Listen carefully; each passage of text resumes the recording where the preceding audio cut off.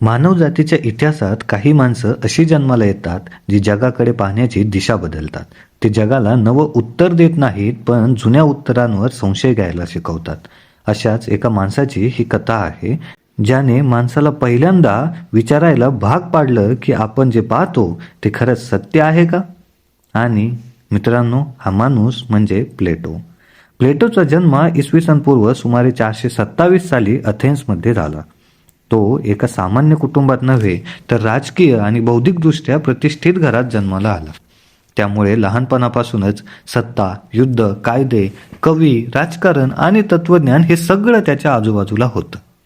Athens त्या काळात लोकशाहीचं केंद्र होतं, पण त्याचवेळी अस्थिरतेचं, संघर्षाचं आणि नैतिक गोंधळाचंही केंद्र होतं.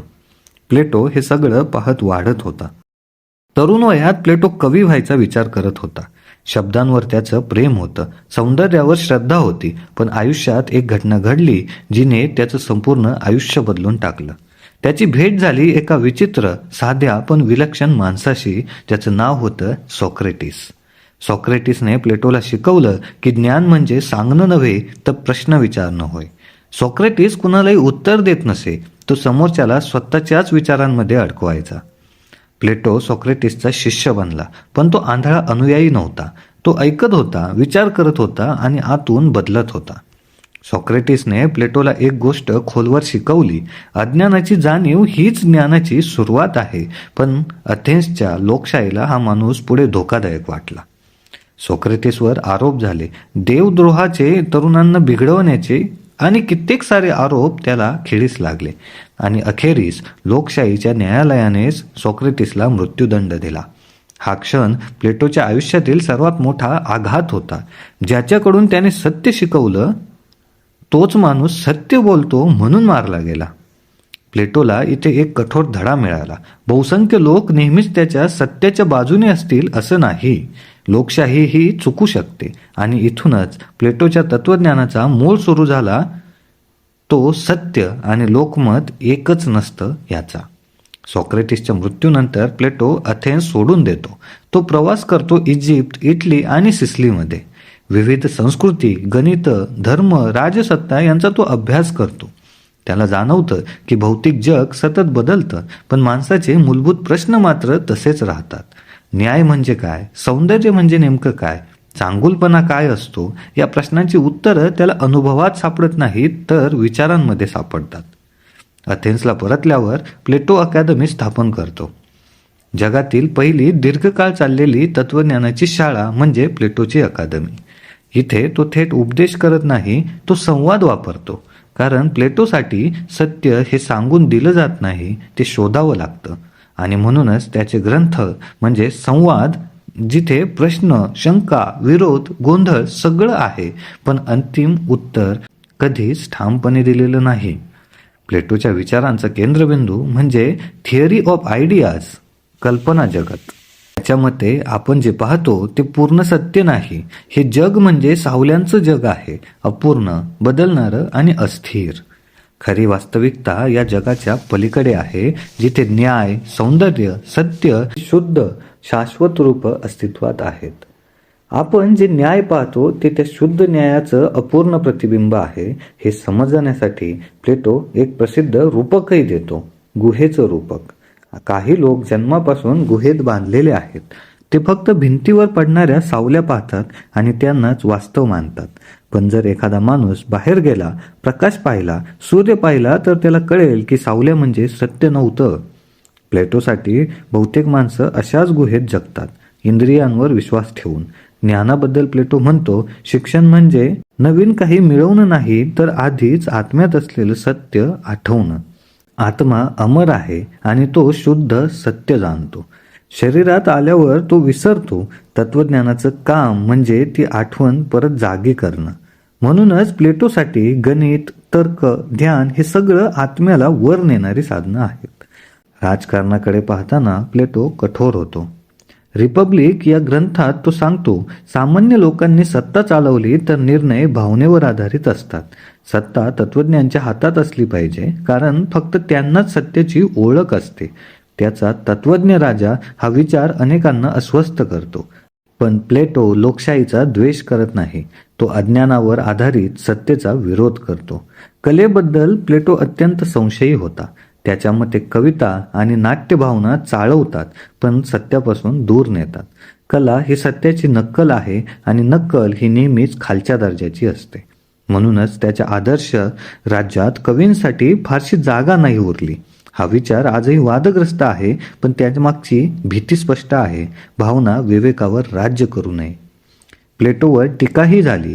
त्याचा सर्वात हुशार शिष्य ॲरिस्टॉटलचा त्याचा विरोध होता. ॲरिस्टॉटल म्हणाला, सत्य या जगातच आहे, वेगळा कल्पना जगतात नाही. अनुभवाला इतकं नाकारता येत नाही. पण या मतभेदांमुळेच तत्वज्ञान पुढे गेलं. प्लेटोने प्रश्न दिले आणि ॲरिस्टॉटलने पद्धती दिली. प्लेटो वृद्धापकाळात शांत झाला, पण त्याचा संशय कधी संपला नाही. तो कुठेही अंतिम सत्य घोषित करत नाही. तो माणसाला कायम अस्वस्थ ठेवतो. आपण खरंच सत्य पाहतोय का, की फक्त सोयीचं वास्तव स्वीकारतोय? हा प्रश्न तो आपल्याला सतत विचारायला लावतो. प्लेटो मेला, पण त्याचं तत्वज्ञान संपलं नाही. ख्रिश्चन धर्म, इस्लामी तत्वज्ञान, आधुनिक आदर्शवाद सगळ्यांवर त्याचा प्रभाव पडला. आजही जेव्हा माणूस म्हणतो हे दिसतंय तेच खरं असेलच असं नाही, तेव्हा प्लेटो जिवंत असतो. कारण प्लेटो आपल्याला उत्तर देत नाही, तो आपल्याला डोळे संशयाने उघडायला शिकवतो. आणि कदाचित सत्याकडे जाण्याचा पहिला टप्पा हाच असतो. आता प्लेटोचा विचार अशा टप्प्यावर पोहोचतो जिथे तत्वज्ञान केवळ सत्य काय आहे या प्रश्नापुरतं राहत नाही, तर आपण जे सत्य मानतो ते खरंच सत्य आहे का या अधिक अस्वस्थ करणाऱ्या प्रश्नाकडे वळतं. प्लेटोसाठी अज्ञान ही साधी कमतरता नव्हती, ती एक धोकादायक अवस्था होती. कारण अज्ञानी माणूस चुकीचं जगत नाही, तो खोटं जगतो. आणि खोटं जगणं हे प्लेटोसाठी नैतिक अपयश आहे. तो इंद्रियांवर विश्वास ठेवण्यास नकार देतो, कारण इंद्रिय ज्ञान हे बदलणारं आहे, अस्थिर आहे आणि अनेकदा भ्रम निर्माण करतं. आज जे दिसतं ते उद्या बदलतं. आज जे योग्य वाटतं ते उद्या चुकीचं ठरतं. अशा बदलत्या आधारावर सत्य उभं राहत नाही, असं प्लेटो ठामपणे सांगतो. म्हणूनच तो विचारतो, जर ज्ञान बदलत नसेल तर त्याचा स्रोतही बदलणार नाही. आणि इथूनच तो कल्पना जगत या संकल्पनेत प्रवेश करतो. प्लेटोसाठी कल्पना म्हणजे मनात येणारी गोष्ट नव्हे, ती वास्तवाची सर्वात शुद्ध पातळी आहे. आपण ज्या वस्तू पाहतो त्या कल्पनांच्या छायाचित्रांसारख्या आहेत, अपूर्ण, तुटक, वेळेनुसार बदलणाऱ्या. न्यायाचं उदाहरण घ्या.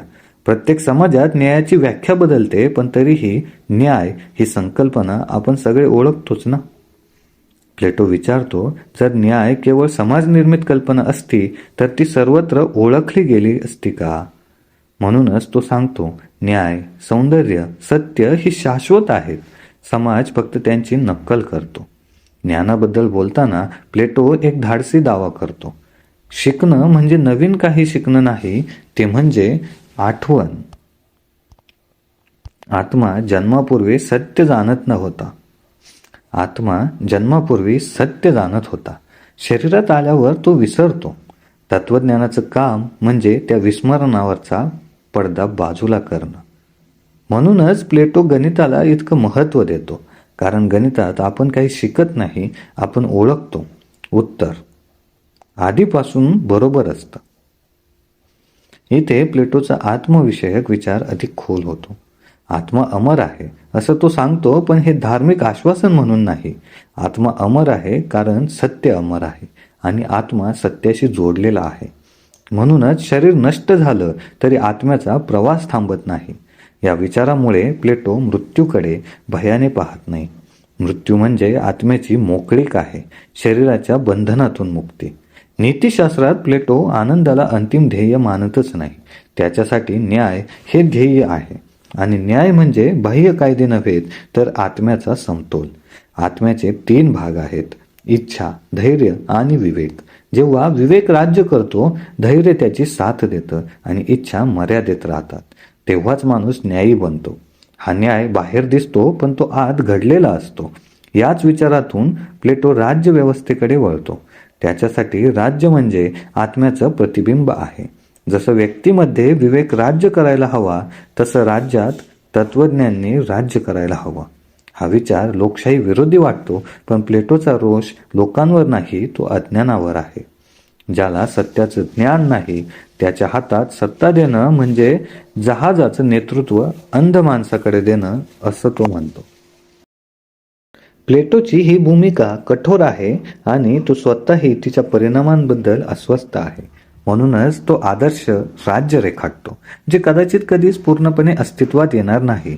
पण प्लेटोसाठी आदर्श हे प्रत्यक्षात आणण्यासाठी नसतात, ते दिशा दाखवण्यासाठी असतात. सत्य गाठता आलं नाही तरी त्याच्याकडे चालणं मात्र महत्त्वाचं आहे. आता इथून पुढे प्लेटोचा विचार अधिक सूक्ष्म आणि अधिक धोकादायक होत जातो, कारण तो आता केवळ व्यक्तीच्या आत्म्यापुरतं मर्यादित राहत नाही, तर तो समाज, सत्ता आणि संस्कृतीच्या खोल रचनेवर प्रश्न उपस्थित करतो. रिपब्लिकमध्ये मांडलेला त्याचा आदर्श समाज हा एखादं राजकीय आराखड्यासारखा कमी आणि नैतिक आरसा अधिक आहे. प्लेटो आपल्याला हे दाखवू इच्छितो की आपण ज्या समाजात राहतो तो समाज आपल्या आतल्या मूल्यांचं प्रतिबिंब असतो. अन्याय्य समाज हा अपघात नसतो, तो अन्याय स्वीकारणाऱ्या मनांची एकत्रित रचना असते. तो विचारतो, जर आत्म्याच्या आत विवेक दुर्बल झाला तर काय होतं? मग इच्छा राज्य करतात. लोभ, सत्ता, सुख, कीर्ती हे सगळं केंद्रस्थानी येतं. आणि ज्या समाजात अशी मनं बहुसंख्येने असतात तिथे कायदेही त्या इच्छांचंच संरक्षण करतात. त्यामुळे प्लेटोसाठी राजकारण हे स्वतंत्र क्षेत्र नाही, ते मानसशास्त्राचा एक विस्तार आहे. राज्य बदलायचं असेल तर आधी आत्मा बदलायला हवा, हा विचार त्याच्या तत्वज्ञानाचा कणा आहे. इथूनच तो शिक्षणाच्या भूमिकेकडे येतो. प्लेटोसाठी शिक्षण म्हणजे माहिती भरणं नाही, ते म्हणजे आत्म्याला योग्य दिशेने वळवणं होय. तो म्हणतो, चुकीच्या गोष्टी शिकवणं जितकं घातक आहे तितकंच घातक आहे ते चुकीच्या गोष्टींमध्ये आनंद निर्माण करणं. म्हणूनच त्याच्या आदर्श राज्यात शिक्षणावर कडक नियंत्रण आहे, कारण तो जाणवतो की कथा, कविता, संगीत ही सगळी साधनं मन घडवतात. जर ती चुकीच्या दिशेने गेली तर संपूर्ण समाज वाकडा होतो. कलेवर केलेली त्याची टीका याच भीतीतून जन्माला येते. प्लेटो कलेचा द्वेष करत नाही, तो कलेच्या शक्तीला घाबरतो, कारण कला भावनांशी थेट संवाद साधते आणि भावना विवेकाला बगल देऊ शकतात. जर एखादी कथा अन्याय्य माणसाला नायक बनवतात तर ती समाजाला नकळत चुकीच्या दिशेने नेत असते. म्हणूनच प्लेटो म्हणतो, सत्यापासून 2 पायऱ्या दूर असलेली नक्कल ही धोकादायकच असते. आणि हा विचार आजही अस्वस्थ करतो, कारण तो अभिव्यक्ती स्वातंत्र्याला मर्यादा घालण्याच्या दिशेने येतो. पण प्लेटो इथेच थांबत नाही, तो प्रेमाच्या संकल्पनेतूनच एक वेगळाच मार्ग उघडतो. सिम्पोजियम मध्ये मांडलेलं त्याचं प्रेम तत्वज्ञान केवळ रोमॅन्टिक नाही, ते आध्यात्मिक आहे. त्याच्यासाठी प्रेम म्हणजे शरीराकडे ओढ नव्हे, तर सौंदर्याकडे केलेली चढण आहे.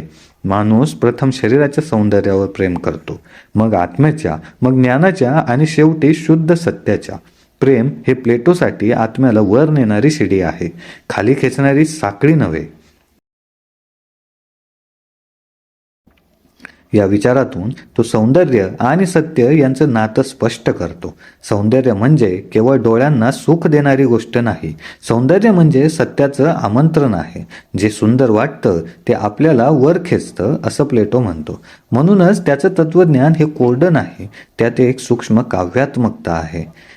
तो सत्याला फक्त समजावून सांगत नाही, तर तो त्याच्याकडे ओढ निर्माण करतो. पण या सगळ्या उंचीवरूनही प्लेटो वास्तवापासून तुटत नाही. तो जाणतो की बहुतेक माणसं गुहेतच राहतील, सगळेच प्रकाशाकडे जाणार नाहीत, आणि जे जातील त्यांना परत येऊन सावल्यांमध्ये राहणाऱ्यांना समजावणं कठीण जाईल. गुहेतून बाहेर गेलेला माणूस परत आल्यावर अडखळतो, गोंधळतो आणि लोक त्याची थट्टा करतात. प्लेटो इथे एक कटू सत्य सांगतो, सत्य पाहणाऱ्याचं आयुष्य सोपं नसतं. याच ठिकाणी प्लेटो आणि ॲरिस्टॉटल यांच्यातील दरी स्पष्ट होते. ॲरिस्टॉटल म्हणतो, सत्य या जगातच आहे, त्याला वेगवेगळ्या जगात शोधण्याची गरज नाही. आणि प्लेटो म्हणतो, जर हेच पूर्ण सत्य असतं तर आपण इतके असमाधानी का असतो? हा वाद केवळ तत्वज्ञानाचा नाही, तर तो मानवी अनुभवाचा आहे. आणि म्हणूनच हा वाद कधी संपत नाही. प्लेटोवर इतिहासभर टीका झाल्या. काहींनी त्याला आदर्शवादी म्हटलं तर काहींनी त्याला वास्तव विरोधी. काहींनी त्याच्या राज्यकल्पनेत अधिक नायक आणि अधिनायकवाद पाहिला. या सगळ्या टीका योग्यही आहेत, पण त्याचवेळी एक गोष्ट विसरता येत नाही, ती प्लेटो व्यवस्था देत नाही, तो प्रश्न देतो. तो आपल्याला विचारायला भाग पाडतो की आपण ज्या गोष्टींना खरं मानतो त्या खरंच तपासल्या आहेत का. आधुनिक जगात जिथे प्रतिमा वास्तवापेक्षा अधिक प्रभावी झाल्या आहेत, जिथे मतं सत्यापेक्षा जलद पसरतात, तिथे प्लेटो अधिकच समकालीन वाटतो. सोशल मीडियाच्या गुहेत बसून आपण सावल्यांनाच वास्तव मानतोय का, हा प्रश्न तो नकळत आपल्यासमोर ठेवतो. आपण जे पाहतो ते तपासतो का, की फक्त स्वीकारतो, हा प्लेटोचा मूळ प्रश्न आजही तितकाच धारदार आहे. आणि या सगळ्या विचारांच्या शेवटी प्लेटो कुठेही समाधान देत नाही, तो मन शांत करत नाही, तो मन जागं ठेवतो. कारण त्याच्यासाठी तत्वज्ञान म्हणजे शांती नव्हे तर जागृती. जो माणूस पूर्णपणे समाधानी आहे तो प्रश्न विचारणं थांबवतो, आणि जो प्रश्न विचारणं थांबवतो तो सत्यापासून दूर जातो, असं प्लेटो म्हणतो. मित्रांनो, आता इथून पुढे प्लेटोचा विचार एका शांत पण अत्यंत खोल निष्कर्षाकडे वळतो. कारण आता तो केवळ काय विचार मांडतो यापेक्षा हा विचार माणसाच्या आयुष्यात काय बदल घडवतो याकडे पाहतो. प्लेटो वृद्ध होत जातो, पण त्याचा संशय तरुणच राहतो. तो कुठेही ठामपणे सांगत नाही की हेच अंतिम सत्य आहे. उलट तो वारंवार सूचित करतो की जे सत्य आज स्पष्ट वाटतं ते उद्या अपुरं ठरू शकतं, आणि हीच अपूर्णतेची जाणीव तत्वज्ञानाला जिवंत ठेवते. प्लेटोच्या मृत्यूकडे पाहण्याची दृष्टीही याच तत्वज्ञानातून येते. त्याच्यासाठी मृत्यू हा अंत नाही, तो आत्म्याच्या प्रवासातील एक टप्पा आहे. शरीर ज्या गोष्टींना चिकटून राहतं त्यापासून आत्मा सुटतो, आणि म्हणूनच तत्वज्ञ मृत्यूला घाबरत नाही. पण याचा अर्थ असा नाही की प्लेटोने जीवनाकडे पाठ फिरवली. उलट तो जीवन अधिक जबाबदारीने जगायला सांगतो. कारण जर आत्मा अमर असेल तर प्रत्येक कृतीला अर्थ आहे. प्रत्येक निवड आत्म्याला वर नेऊ शकते किंवा खाली खेचू शकते. तो आता स्पष्टपणे सांगतो की तत्वज्ञान हे निवांत लोकांचं खेळणं नाही, ते धोकादायक आहे, कारण ते सोयीस्कर भ्रम तोडतं. जेव्हा एखादा माणूस स्वतःला विचारायला लागतो की मी जे मानतो ते खरंच मी तपासलं आहे का, तेव्हा त्याच्या आयुष्यात अस्वस्थता येते. पण प्लेटोसाठी अस्वस्थता खरी सुरुवात असते. शांतीपेक्षा जागृती अधिक महत्त्वाची आहे, हा त्याचा ठाम सूर आहे. प्लेटोच्या अकादमीत शिकलेले अनेक शिष्य पुढे वेगवेगळ्या वाटांनी गेले. कुणी त्याचा आदर्शवाद स्वीकारला, कुणी त्याला नाकारलं, कुणी त्याच्याशी वाद घातला. पण एक गोष्ट सगळ्यांनी स्वीकारली, ती विचार करायला शिकण्याची पद्धत आणि ती सवय. प्लेटोचा सर्वात मोठा वारसा म्हणजे एखादा निष्कर्ष नव्हे तर प्रश्न विचारण्याची शिस्त. त्यामुळेच त्याच्यावर टीका करणारेही नकळत प्लेटोच्या मार्गानेच चालत होते. इतिहासात पुढे ख्रिश्चन विचारवंतांनी प्लेटोच्या कल्पना जगताला देवाच्या राज्याशी जोडलं. मध्ययुगीन तत्वज्ञानात प्लेटोचा प्रभाव खोलवर रुजला. आधुनिक आदर्शवादाने त्याच्या संकल्पनांना नवं रूप दिलं, आणि आजच्या काळात जेव्हा वास्तव आणि प्रतिमा यांच्यातील सीमारेषा धुसर होत चालली आहे, तेव्हा प्लेटो पुन्हा एकदा समकालीन वाटतो. तो आपल्याला विचारतो, तुम्ही जे पाहता तेच खरं आहे का, की तुम्ही पाहायला शिकवलेलं तेवढंच खरं मानता? आणि या प्रश्नामुळे प्लेटो कधीच सोपा वाटत नाही. तो आराम देत नाही, तो आव्हान देतो. तो आपल्या श्रद्धांवर, आपल्या मतांवर, आपल्या सवयींवर प्रकाश टाकतो, आणि हा प्रकाश अनेकदा डोळे दिपवणारा असतो. गुहेबाहेर पडणं म्हणजे फक्त बाहेर जाणं नाही, तर ते म्हणजे अंधाराची सवय सोडणं, आणि सवय सोडणं हे नेहमीच वेदनादायक असतं, हे प्लेटो जाणतो. प्लेटोच्या विचारांचा अंतिम सूर हा नैराश्याचा नाही तर अपेक्षेचा आहे. तो मानतो की सगळेच तत्वज्ञ होणार नाहीत, सगळेच प्रकाशाकडे जाणार नाहीत, पण काही जरी गेले तरी ते परत येऊन प्रश्न विचारतील, आणि प्रश्न विचारणारी माणसंच समाजाला हळूहळू बदलतात. क्रांती घोषणांनी होत नाही, ती जाणीवेने होते, आणि हा प्लेटोचा सूचक संदेश होता. आणि म्हणूनच या दीर्घ प्रवासाच्या शेवटी प्लेटो आपल्याला एक ठोस उत्तर काहीच देत नाही. तो आपल्याला एक स्थिती देतो, संशयाची, शोधाची, जागृतीची. तो सांगतो की सत्य हे कधीच पूर्णपणे हातात पकडता येत नाही, पण त्याच्याकडे चालणं आपल्या हातात आहे. चालताना अडखळू, पडू, चुकू हे सगळं मानवी आहे, पण चालणं थांबवणं हेच खऱ्या अर्थाने अपयश आहे. माणसं जातात, साम्राज्य नष्ट होतात, भाषा बदलतात, पण जो प्रश्न माणसाला स्वतःकडे वळवतो तो प्रश्न कधी जुना होत नाही. प्लेटो म्हणूनच आजही जिवंत आहे. कोणत्याही ग्रंथात नाही, कोणत्याही मूर्तीमध्ये नाही, तर प्रत्येक त्या क्षणी ज्या एखाद्या माणसाला माणूस म्हणून थांबायला आणि विचार करायला भाग पाडतात. स्वतःला इथे प्लेटो विचारतो की आपण जे वास्तव मानतो ते खरंच वास्तव आहे का, आणि हेच ते आपल्याकडून तो अपेक्षित करून जातो. इथे शब्द थांबतात पण शोध मात्र तोच सुरू राहतो. मित्रांनो, अशा प्रकारे इथे आपला प्लेटो संपतो आणि अशाच प्रकारचा आणखी एखादा विचारवंत मी घेऊन येईल पुढच्या भागात. जोडून राहिल्याबद्दल धन्यवाद.